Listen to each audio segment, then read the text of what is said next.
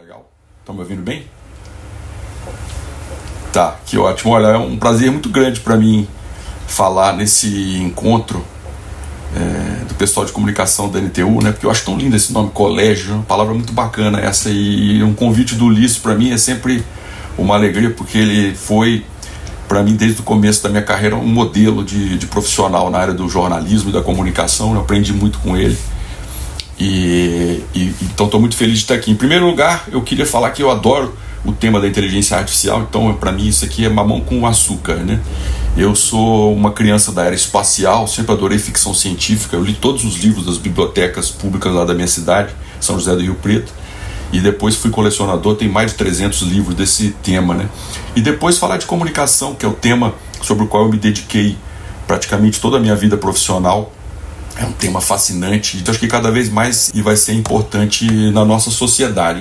Por ser uma palavra polissêmica, que tem muitos significados, tem muita confusão. Então eu queria começar dando um pouquinho a minha visão sobre essa palavra comunicação. Eu vejo a comunicação como esse ato de partilhar, de trocar, de fazer com que as coisas sejam comuns. E aí nós podemos falar de coisas que são físicas e que são simbólicas. De várias formas isso se desdobra na nossa vida cotidiana. A gente tem, por exemplo, a ideia de conexão quando a gente fala de comunicação. Por exemplo, as pontes, tanto simbólicas como físicas também. A gente está comunicando um ponto ao outro, a gente está fazendo com que coisas sejam levadas, distribuídas de um lado para outro. E também tem, como a gente vive num mundo que é altamente ideologizado, esse trabalho de colonização de mentes. Quando a gente está falando de comunicação, a gente está falando de fazer a cabeça das pessoas, de formar opinião, de induzir comportamento. E também um tema que é muito importante é esse do entendimento comum. Nós vivemos relações cotidianamente com família, com os cônjuges, com filhos, com amigos, etc. E a gente sabe muito claramente a importância que tem a comunicação, que é estar na mesma página, no sucesso da nossa vida em comum, né? Um outro conceito que eu acho importante é esse de construção de um sentido comum. Para mim esse é o mais importante no nosso trabalho. O nosso grande desafio, e eu gostaria que ficasse aqui esse conceito como sendo o principal da nossa fala, é a gente conseguir construir sentido comum. Muitas vezes a gente vai por esse caminho da colonização de mentes e a gente não consegue convencer as pessoas porque nós não estamos vendo o lado delas. A gente sabe que a comunicação acontece do lado do receptor. Então, para nós é muito importante sempre buscar construir sentidos comuns. E é claro, comunicação para nós hoje é uma palavra que está muito ligada à ideia de tecnologia. Nos últimos 200 anos, depois da eletrificação e da construção de todos os modelos de comunicação de massa, a tecnologia passou a ter um papel muito importante na nossa vida. Eu pergunto aí, quem consegue viver 2 dias sem celular, sem ter um mundo de problemas? Muito difícil, né? A gente depende demais da tecnologia. Hoje em dia está tudo nesse mundo tecnológico. Só que a tecnologia já existia há muito tempo. Os romanos, por incrível que pareça, tinham tablets. E eles tinham plataformas de redes sociais. Esses objetos de cera, de madeira com uma parte de cera, eram repassados dentre as pessoas que faziam parte do patriciado, e ali eles colocavam piadas, colocavam informações, cobranças, ideias, convites para festas, jantares, etc. Isso circulava durante o dia, as pessoas escreviam alguma coisa, o outro colocava a resposta, no fim do dia o dono do tablet derretia a cera, obviamente os funcionários dessa pessoa, né?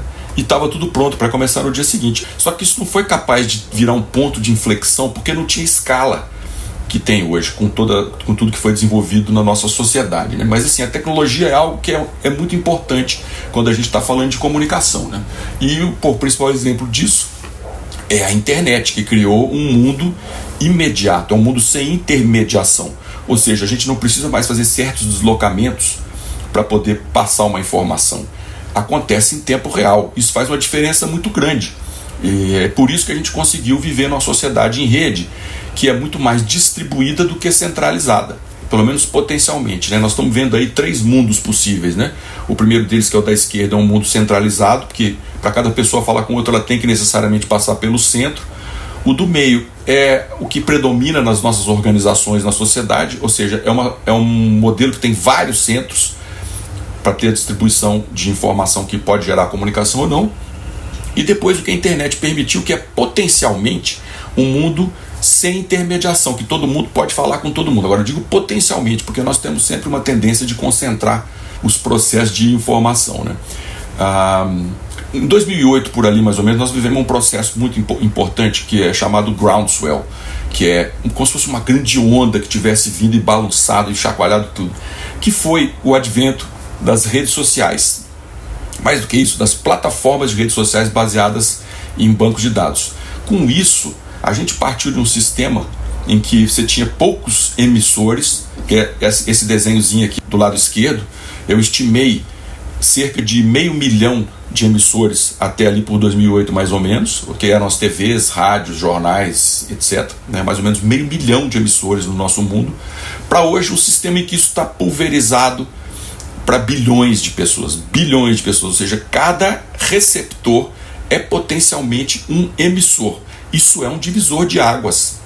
A gente que estudou aquele modelo tradicional de comunicação, né, emissor, receptor, mensagem, e-mail, etc., consegue entender a importância desse fato que eu estou colocando aqui, né? E o que isso gerou? Uma situação em que a gente tem um volume brutal de informação. Chega a ser uma poluição informacional. Cada pessoa hoje é bombardeada com algo em torno de 30 gigabytes de informação. Para vocês terem uma ideia, 30 gigabytes seria o equivalente a 6.000 bíblias. É esse o tanto de informação que nos arremessam diariamente. O nosso cérebro ele é capaz de captar e, de certo modo, processar até o dobro disso, tá? Mas o problema é que, por razões cognitivas diversas, a gente esquece praticamente 70% em menos de um dia. Então, o que acontece? Nós temos muita informação, porém pouca aprendizagem. E isso, de certo modo, contribui para o que nós estamos vivendo, que é uma permacrise. É uma crise permanente de questões sociais, ambientais, políticas, econômicas, etc. Então são problemas que vocês vão ver que estão aí há décadas, há séculos, há milênios, e a gente não consegue resolver. Pobreza, fome, analfabetismo. Então, com esse groundswell, com essa revolução toda que aconteceu, nós tivemos uma redução do custo transacional da informação e também uma democratização da informação. Ou seja, a gente consegue hoje, com um preço muito mais baixo, transferir informação. Mas, por um outro lado, a gente tem também muita fragmentação. As pessoas estão consumindo pedaços de interpretação do mundo. Elas ficam ali com o celular fazendo assim, né? Ela ouve um pedaço de uma fala, ela vê uma imagem muito curta, um pedaço de um vídeo que não tem fim. Isso não gera fechamento das gestalts psicológicas importantes para a gente poder tomar boas decisões. Isso gera também muita frustração, ansiedade e até pânico. A geração Z, que é essa que nasceu entre 1997 e 2001 mais ou menos, tem 4 vezes crises de ansiedade em relação à minha geração, por exemplo, que eu sou um pós-baby boomer, vamos dizer, né? E 4 vezes mais. Existe uma pandemia de ansiedade no mundo, e isso tem muito a ver com essa questão de você não fechar essas gestalts, não fechar esses ciclos de pensamento na cabeça da gente e não conseguir ter clareza para poder ter ação. E óbvio que também a gente tem o problema da polarização, que está destruindo a nossa capacidade de diálogo. Os diferentes não se veem como legítimos, né? A gente acha que o outro lado que pensa diferentemente da gente não é legítimo, que tinha que acabar com ele. Isso é terrível para a nossa sociedade, é terrível para a democratização e é lógico, isso impede totalmente que haja comunicação. O que isso faz? Gera uma baita de uma frustração e uma descrença nas pessoas. As pessoas estão muito desanimadas e estão se sentindo incapazes de mudar o mundo, né? Então eu penso assim que a gente tem um papel importante como profissionais de comunicação, que é de tentar ajudar no nosso meio, onde a gente trabalha com os diferentes tipos de clientes com os quais a gente lida, os diferentes tipos de públicos, a entender quais são os nossos não negociáveis, o que é que existe entre a gente que permitiria uma ação conjunta e não ficar vendo o que é diferente e o que é problema, né? É sair de uma lógica de combate e tentar entrar numa lógica de cooperação, que é o que de certo modo garantiu a sobrevivência da humanidade nesse tempo todo, né? Então seria importante a gente pensar em projetos conscientes de transformação cultural estratégica, e a comunicação terá certamente um papel fundamental. Vocês, com quem eu estou falando aqui, terão um papel fundamental nesse processo, não só do ponto de vista das organizações com as quais vocês trabalham, mas da própria sociedade como um todo. Ao organizar com a comunicação esses não negociáveis, seria mais fácil a gente definir propósitos comuns e, em função disso, desenvolver linhas de ação, porque se você não tem linhas de ação, você não tem uma boa estratégia. você não consegue planejar, não consegue medir, não consegue gerenciar. Ou seja, a gente não vai ter resultado. Vai continuar vivendo nessa permacrise que vai, de certo modo, ruindo o que a gente construiu ao longo desses milênios de existência da nossa espécie. A inteligência artificial surge no meio dessa situação toda, dessa permacrise. É um não negociável, é um fato dado. Eu digo que o gênio saiu da lâmpada, ele não tem como colocar de volta. E a gente tem que pensar muito bem o que a gente vai pedir para esse gênio. O legal é que ele permite muito mais do que 3 pedidos. Não é fácil a gente tomar essas decisões, então é muito importante a gente ter estratégia, né? Nós estamos falando aqui de uma nova espécie.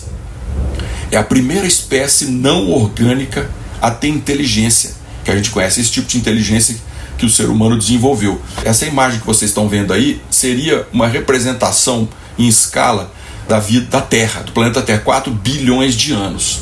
O que está em alaranjado ali embaixo é o tempo de existência da humanidade, do Homo sapiens, dos que vieram um pouco antes ali também, que também já eram bem inteligentes, né? E esse que nós estamos vendo no cantinho inferior direito aqui, em verde berílio, é a nossa era digital. Vejam o tamanho disso em relação à existência do planeta Terra. E isso está gerando já muito impacto e vai gerar muito mais, como nós vamos ver aqui.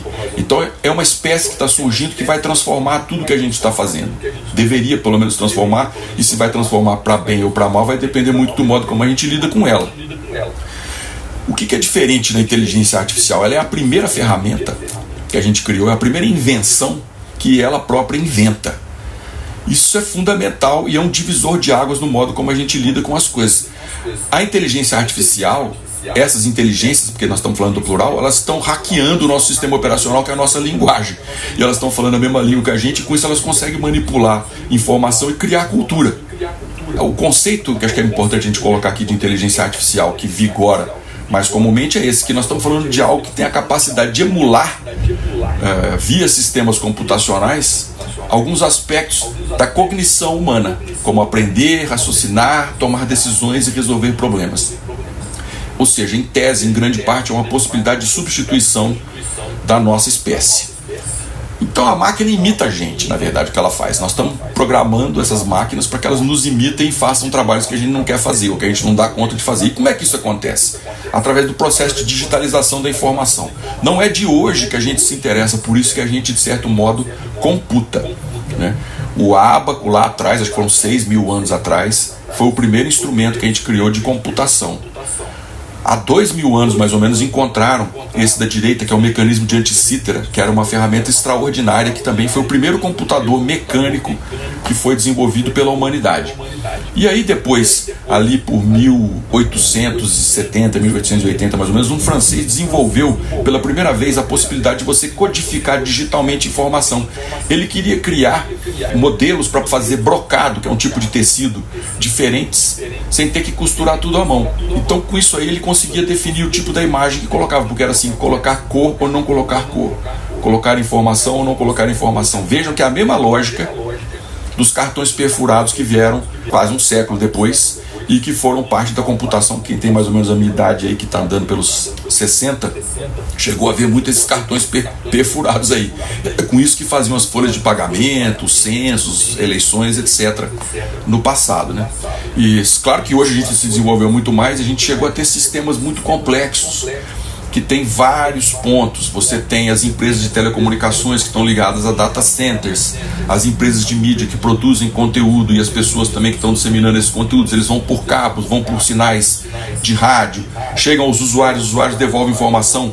Nós estamos falando aqui de um sistema muito complexo, né? E aí é importante a gente ter uma noção que, para lidar com comunicação digital, nós temos que ver tudo aquilo que a gente está fazendo como um sistema. E o que é um sistema? É um conjunto de partes que tem funções individuais, mas que também, quando organizadas com uma certa inteligência, um certo propósito, elas geram funções específicas desse todo, né? Então as peças do carro, se você ligar a lâmpada, rádio, etc., na bateria, elas vão funcionar individualmente. Só que nada disso tem importância para a gente se o que a gente quiser fosse deslocar de um ponto para o outro. Então nós temos que pensar os elementos como partes e temos que também pensar o todo. Temos que ter essa visão de sistema para poder trabalhar a comunicação na era digital. Já era assim antes da era digital, mas hoje está muito mais importante do que era naquele tempo, né? Você tem que pensar a comunicação como um sistema. Você tem que pensar a sua organização e o modo como ela se coloca no todo como um sistema. Vejam que esses desenvolvimentos levaram muito tempo, né? Nós saímos ali do processo de eletrificação no fim do século XIX, mais ou menos, para chegar em 2022 no ChatGPT, que é essa coisa extraordinária com a qual a gente está trabalhando agora aqui. Tudo isso foi se baseando em desenvolvimentos científicos e práticos cumulativos que permitiram que a gente chegasse nesse ponto agora em que a gente consegue ter conversas significativas com uma máquina. Agora, apesar disso tudo estar explodindo a partir de 2023, mais ou menos, a inteligência artificial está aí já faz bastante tempo. E a gente vê isso muito no cotidiano, que o Netflix, por exemplo, e o Spotify e esses outros produtos, consegue saber o que a gente quer usando aprendizagem de máquina, que é um dos tipos de inteligência artificial. A verdade é essa. Contudo, algumas coisas aconteceram que fizeram com que isso passasse a ser algo muito importante na sociedade e ganhasse muita visibilidade. O que é que nós estamos falando? Por que esse tema agora é tão quente e relevante? É porque nós temos agora a capacidade de ter conversas significativas com as máquinas. Antes, a gente tinha que programar e a máquina respondia, ela devolvia aquilo que a gente tinha colocado lá como texto, como informação. Agora ela consegue gerar respostas a partir do que ela desenvolveu na sua mente. Isso acontece porque nós temos hoje os modelos de redes neurais. Os modelos de redes neurais são a chave para a computação que leva à inteligência artificial. Do mesmo modo como a sociedade se organiza em rede, nós temos pontos que se comunicam, o pensamento também se comunica em rede. Você pode ter um pensamento centralizado e linear, que é o que acontecia antes com a computação programada, e você pode ter um pensamento em rede, que cada ponto pode se comunicar com o outro e construir coisas muito mais elevadas, o que a gente chama de deep learning, de aprendizagem profunda. Isso tudo acontece porque o ser humano tem a capacidade de desenvolver modelos. Eu também acho muito importante a gente entender essa noção de modelo, porque para vocês desenvolverem boa comunicação, vocês terão que ter modelos de comunicação. Então o que é um modelo? O modelo é uma forma de você simplificar uma realidade complexa. Veja que a gente teria muita dificuldade de entender o sistema solar se a gente fosse pensar na massa de cada planeta, quais são os elementos químicos que cada um deles tem e assim por diante. Mas tudo que a gente precisa ter mais ou menos para conviver e pensar nisso na vida cotidiana da gente é que nós estamos falando ali de um Sol que é uma bola de fogo quente em torno da qual nós temos 9 outras bolas e seus satélites que estão girando ali.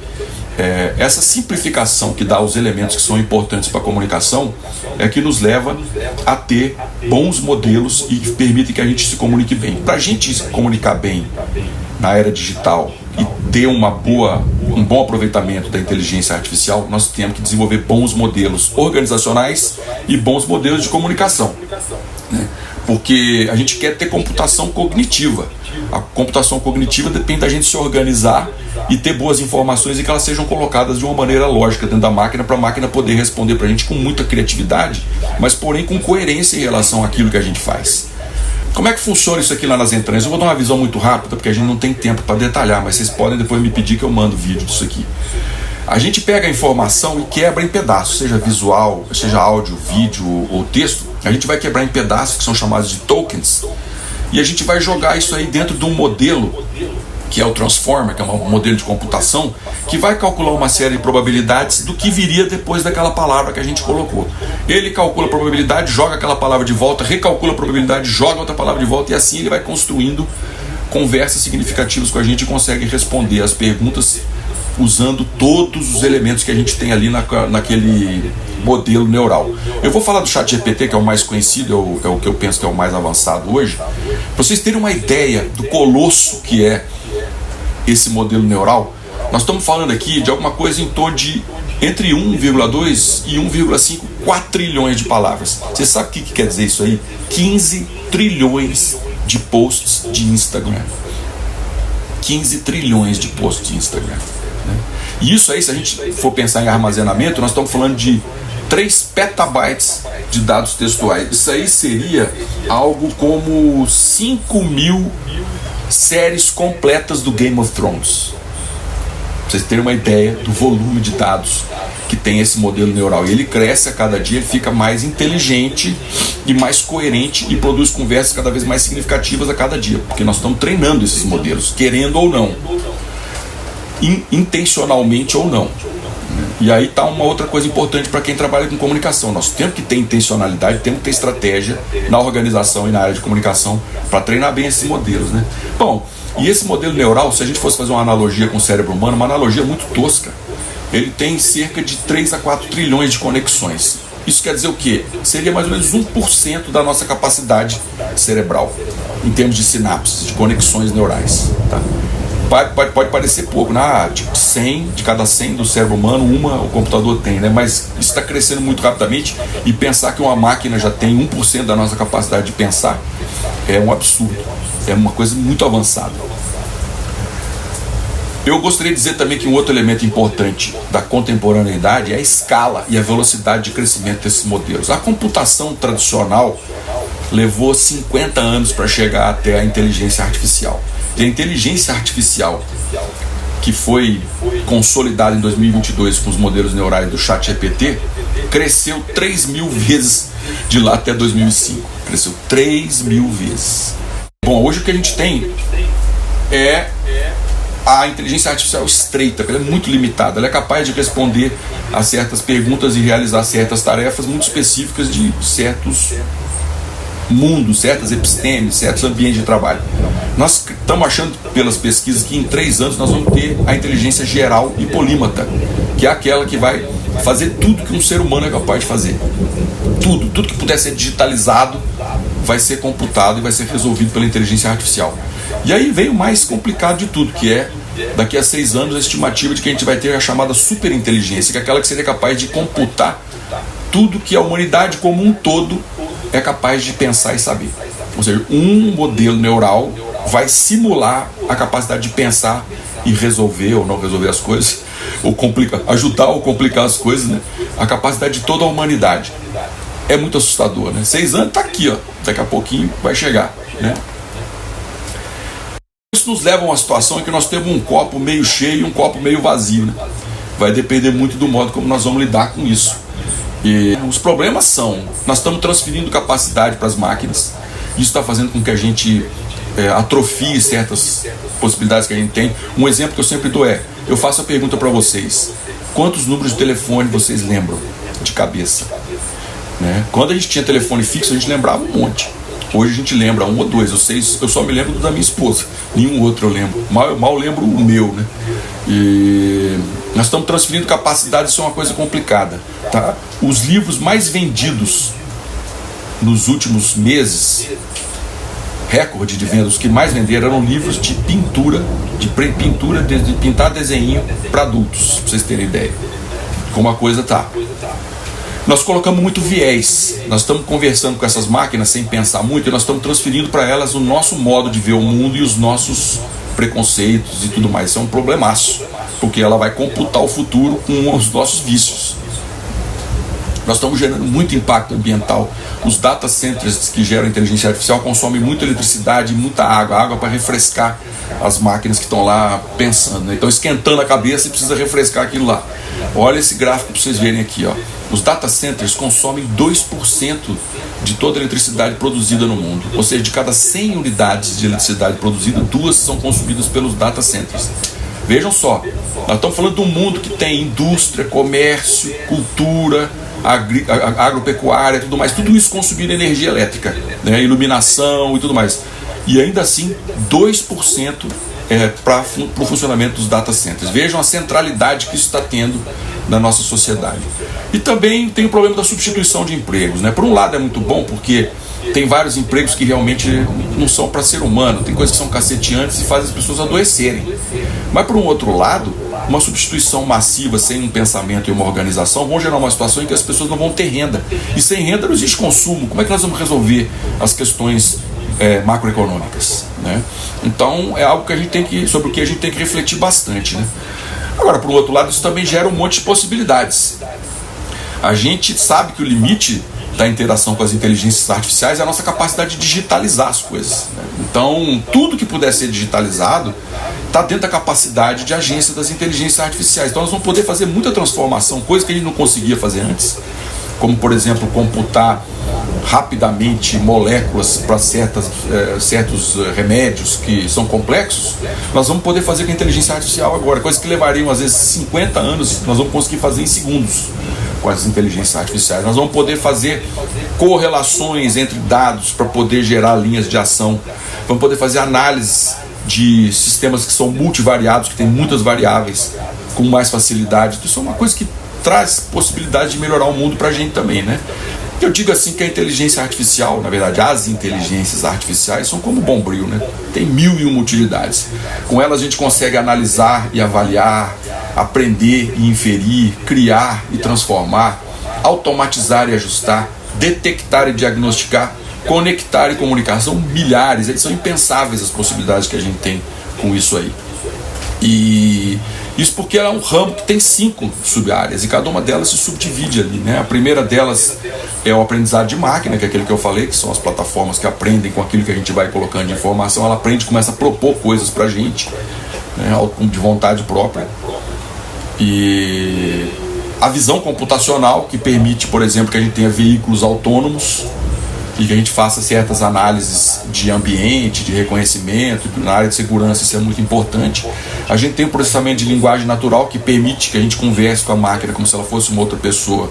Tanto que já tem gente namorando inteligência artificial, como naquele filme Ela, né? E gente fazendo terapia com inteligência artificial. E o que é um perigo, porque a gente não sabe para onde isso aí pode conduzir. Ele bajula muito, né? Ele tem muito viés. E vocês vão ver que o ramo da tradução mudou muito. As traduções feitas por computador são sensacionais hoje, pelas IAs. E a gente tem o que afeta muito a área de vocês, que é a robótica, né? A automação mecânica. Nós estamos vendo hoje na área de transportes projetos que são muito bem sucedidos, como é o caso desse que na Suécia e da Volvo, e tem um outro na China também, que é muito avançado. Isso aí não é mais uma ficção científica, já está acontecendo. Você tem aí modelos de transporte que são baseados em veículos autônomos e tem centrais de processamento que organizam isso aí, controlam a segurança, em que você reduz brutalmente o número de pessoas que precisa para conduzir. Na verdade, essas pessoas não conduzem essas máquinas, elas simplesmente verificam se está tudo bem com elas ali. Esse é um ramo que vai crescer muito e vai afetar muito a nossa vida, na alimentação, na educação e tudo mais, né? E finalmente a inteligência artificial generativa, que é aquela que serve mais à área de comunicação. Ela é generativa porque ela gera conteúdos. A gente apresenta uma proposta, um desafio, e as inteligências artificiais geram conteúdos a partir daquilo. Geram texto, geram imagem, geram som. Se vocês ouvirem as músicas que estão sendo feitas por inteligência artificial hoje, é uma coisa assustadora. É muito difícil dizer que não é uma pessoa de verdade cantando ali. Eu coloco como exemplo aqui uma coisa que a gente tinha que fazer muito antigamente, que eram mapas mentais e gráficos, né? A gente levava às vezes uma semana para fazer isso, porque a gente tinha que pensar o briefing, preparar o conteúdo, apresentar para a pessoa de design, e aí ela devolvia, você mandava de volta, consertava, etc. Hoje essas coisas estão sendo feitas em segundos, né? Você coloca ali um briefing ali, no caso do que é chamado prompt. No caso, estou pedindo um mapa mental com as 5 áreas da robótica aqui, né? E ele pensa ali alguns segundos, às vezes 2 ou 3 segundos, e já cospe de volta a coisa pronta pra gente, né? Isso é muito rápido, isso gera uma eficiência que a gente não tinha antes.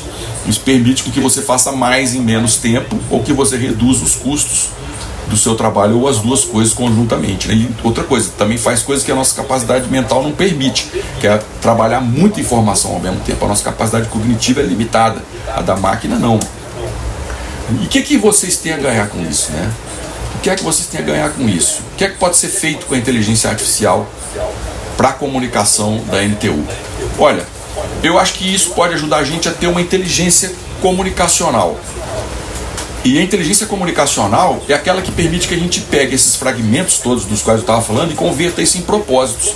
Então, a ideia toda é pegar esses fragmentos que a gente consegue organizar, inclusive com a própria inteligência artificial, e gerar clareza de propósito para poder criar sentido comum e ter uma comunicação efetiva. Eu acho que quando uma organização integra todas essas possibilidades, ela entra num novo momento. Existe um ponto de inflexão. E a partir disso ela consegue inovar efetivamente. Não é só ficar repetindo o modelo anterior. Mas não basta você inovar, você tem que inovar com propósito. E por isso que a gente tem que ter uma boa comunicação. Isso faz com que a gente tenha eficiência do ponto de vista financeiro, mas também do ponto de vista operacional. E aqui a gente tem alguns exemplos. Eu tenho estudado muito isso, porque eu tenho feito propostas e trabalhado com empresas que estão querendo implantar modelos de gestão com inteligência artificial. Elas querem saber dados. Em termos de eficiência operacional, na média, as organizações que implantam IA de maneira estruturada e bem pensada, alinhada com estratégia e tudo mais, conseguem ter uma redução de custos entre 25% e 50%.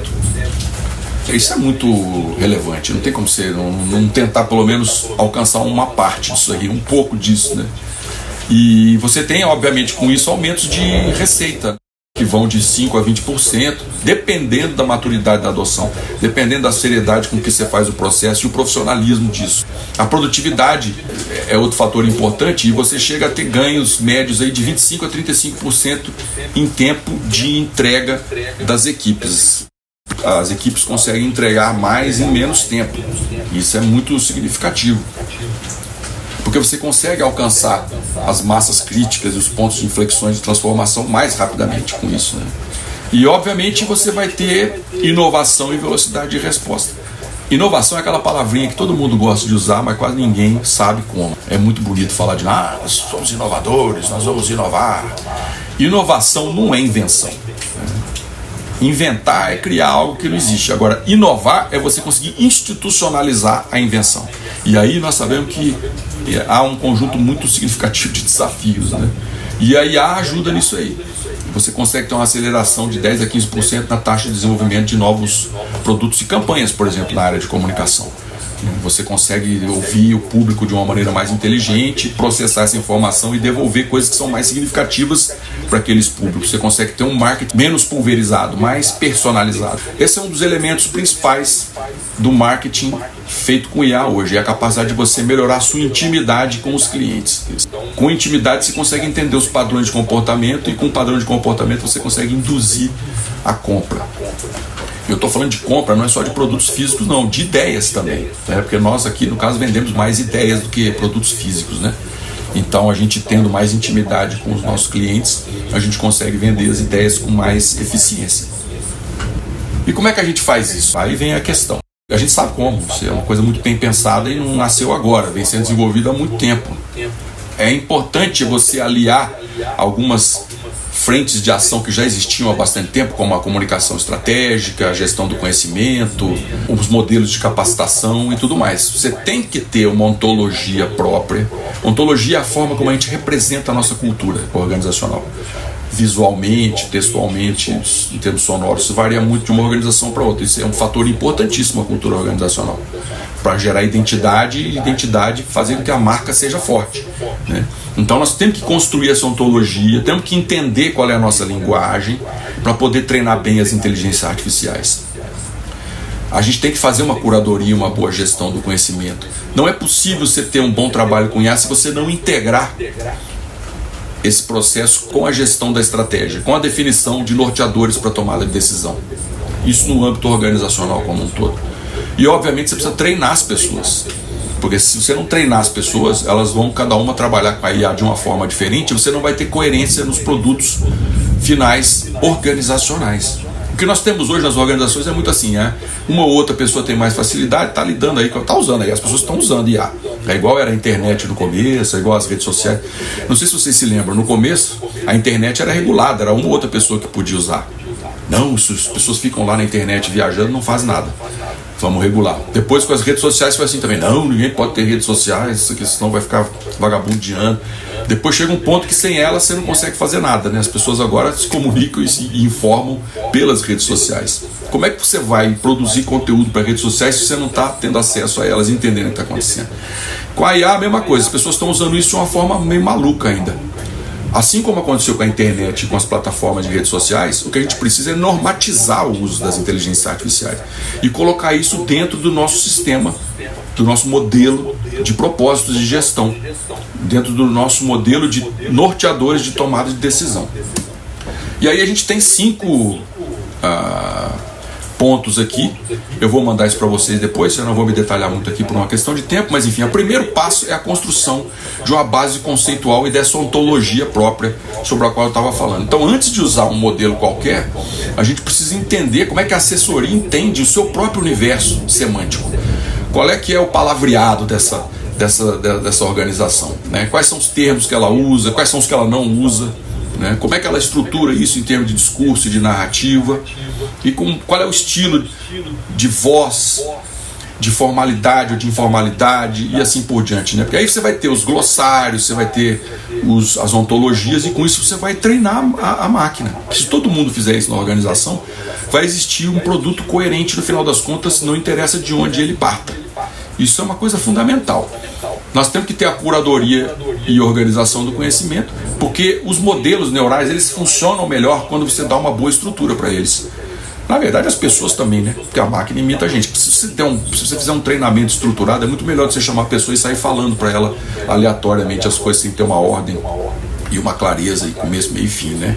Então, organizar os cases, alimentar todos os press releases dentro do sistema, contar para o modelo como é que funciona, quais foram as práticas que funcionaram bem, quais as que não, os cases mesmo, né? Explicar, contar ali como é que funciona. Isso ajuda o modelo a ter uma visão mais clara do que funciona e do que não funciona para você, e ele certamente vai entregar produtos que são mais significativos, que é o que interessa para a gente construir sentido comum, né, que é o nosso objetivo. A integração com a gestão da estratégia, né, e aí eu falo de cátedra porque eu sou um especialista nessa área, eu trabalho há uns 20 anos mais ou menos com gestão de estratégia, desenvolvendo estratégias para organizações dos 3 setores, e eu digo isso. A questão chave é você ter uma boa estratégia. A gente tem muito um pensamento de amplificar, de crescer, de aumentar. Se a gente não tiver uma boa estratégia, nós vamos estar sempre aumentando e amplificando porcarias, né? Garbage in, garbage out, né? Se você joga lixo dentro de um modelo, o modelo vai cuspir lixo para fora. Se a sua estratégia for coerente, bem pensada e lógica, você, ao amplificar o potencial de execução dessa estratégia com ferramentas XYZ, inclusive IA, você tem chance de ter os resultados que você está buscando. Do contrário, não. É fundamental, antes de implantar um modelo de IA numa organização, você fazer uma revisão profunda da sua estratégia. Nós estamos falando aqui de transformação organizacional, repensar negócio, visão, missão, valores, porque isso muda demais com a inteligência artificial. Investimento em cultura e capacitação, porque se você não treinar as pessoas com a lógica comum, você vai ter níveis de desempenho muito diferentes e resultados, obviamente, depois que não vão ser coerentes e alinhados. E, finalmente, uma governança com muita ética e pensamento orientado a uma atualização permanente, porque esse é um modelo que está em permanente deslocamento. Nós não estamos tendo uma revolução da inteligência artificial. Nós estamos vivendo um epifenômeno, um momento de um processo que vai ter vários outros momentos. Não é que nós vamos ter agora que entender como funciona isso e nós vamos ficar ali tudo bem, vai ter um steady state. Não, não é assim. Nós vamos levar um tranco atrás do outro. E quem não cuidar agora do primeiro tranco vai ter muito mais dificuldade com o segundo. É igual você levar um caixote, né? Se você não sabe nadar e vai no mar ali, você leva um caixote, a hora que você está tentando se organizar daquele caixote, já vem um segundo e às vezes morre até. Então é a mesma coisa, uma organização não é que ela tenha que se preparar para lidar com esta onda de inteligência artificial. Ela tem que se preparar para mudanças em geral. Tem que estar no metabolismo da organização essa preparação para mudança. Então, na verdade, a lógica é essa. A gente tem que se organizar para aprender sempre, levando em conta as questões éticas que são importantes, que tem a ver com essa permacrise da qual eu estava falando, né? Então, você tem que ter regras, tem que ter políticas, você tem que levar em conta o que a sociedade pensa, o que ela entende como usual ou não. Se você precisa mudar o pensamento da sociedade, porque às vezes a gente precisa, né?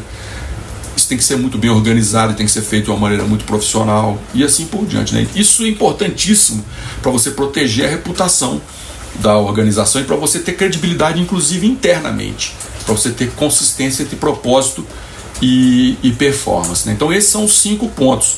A gente, na verdade, trabalha com isso em 3 pilares, né? O primeiro deles é você ter uma clareza na sua estratégia de negócios. E aqui eu estou falando de estratégia de negócios em sentido muito amplo, tá? Negócio é aquilo que você faz para dar razão à sua existência, né? Não é só em termos de financeiro, não. O negócio tem a ver às vezes com propósito, né? Tem muito a ver com propósito. O que é que você se propõe como organização? Pensar em responsabilidade social, porque a geração Z que está vindo aí vai tomar conta das organizações e vai computar o futuro, é muito aguerrida e se consome muito pensando em valores, pensando no meio ambiente, pensando em justiça distributiva e assim por diante, né? E é importantíssimo pensar em cultura organizacional, porque se você não fizer isso, você não consegue ter uma transformação coerente e duradoura na organização, né? E aí, para isso, eu falo que a gente tem que fazer um duplo movimento. Esse é um termo que eu criei aqui, falando para os meus clientes de estratégia. Nós temos que ter um duplo movimento. Não adianta mais você ficar achando que gastar dinheiro com computador e software você vai resolver as coisas, e entrar na nova onda tecnológica por si só, contratar empresas de TI, etc. Não tem nada contra TI, tá? Pelo contrário, eu sempre trabalhei junto e cresci muito, e eles cresceram comigo também. Mas a gente fez esse duplo movimento. Era um movimento que tinha em conta a tecnologia e tinha em conta a cultura. Por eu ser um profissional de comunicação que gosta de tecnologia, eu sempre pensei em construir uma ponte dessas duas áreas, e foi o que eu sempre fiz, né? Agora eu estou fazendo essa ponte também entre a gestão da estratégia e a inteligência artificial. Então é um duplo movimento, tecnologia e cultura. Com isso, a gente tem mais chances de que as novas lideranças consigam incorporar a permacrise no seu planejamento estratégico, ou seja, elas vão conseguir levar em conta o que a sociedade precisa e, ao mesmo tempo, gerar valor para os seus stakeholders e shareholders, e o planejamento estratégico vai ser mais fiel ao contexto em que a organização está trabalhando. E isso faz com que as organizações não somente atendam aos seus propósitos, mas elas também passam a ser organizações que funcionam como plataforma de criação de valor social. E criam valor social e valor econômico que vai além da empresa, que vai além das organizações. Pense que uma organização como a de vocês, a importância social que tem. Eu vejo a Rose, que trabalha com a gente aqui, né? Ela sai lá de São Sebastião, que fica 30 e poucos quilômetros daqui. Ela leva às vezes 2 horas para chegar aqui. Qualquer coisinha qualquer ganho que acontece, como mudança de roteiro, um aumento no número de linhas, ou uma construção de uma ponte, um viaduto, alguma coisa assim, melhora a vida dela brutalmente. As organizações têm uma função social muito, muito maior do que aquela que muitas vezes elas pensam ter quando pensam só no seu mundinho ali, limitado, né? Por isso que nós que trabalhamos com comunicação temos que parar de pensar nas pessoas com as quais a gente conversa simplesmente como receptores. Nós temos que pensar nessas pessoas como contrapartes num modelo virtuoso de transformação social. E por isso o nosso trabalho como profissionais de comunicação é a criação de sentido comum. Não é simplesmente transferir informação de um lado para o outro. Não é só mandar informação. É tentar construir sentido comum. Para isso a gente precisa ouvir muitas pessoas. Ouvir com a chamada escutativa. Ouvir, prestar atenção, entender, tentar ouvir com o coração também, para a gente conseguir ter efetivamente uma boa comunicação, ou seja, essa criação de sentido comum, tá? E com isso a gente consegue ter um jogo de ganha, ganha e ganha. Vocês ganham, a organização ganha, né? Os clientes ganham e a sociedade também ganha. Esse é o único jeito do mundo andar para frente, galera, sabe? Essa é a minha opinião. Muito obrigado pelo tempo de vocês, foi um prazer. Esse é um tema muito amplo, muito extenso. Eu tenho muito material escrito sobre isso, gratuito, no meu site, no blog lá, tem palestras minhas no YouTube e tudo mais, e vocês podem ampliar o conhecimento sobre isso, e eu espero colaborar com vocês no futuro uma vez mais. Muito obrigado a vocês, muito obrigado, Liz, um abraço.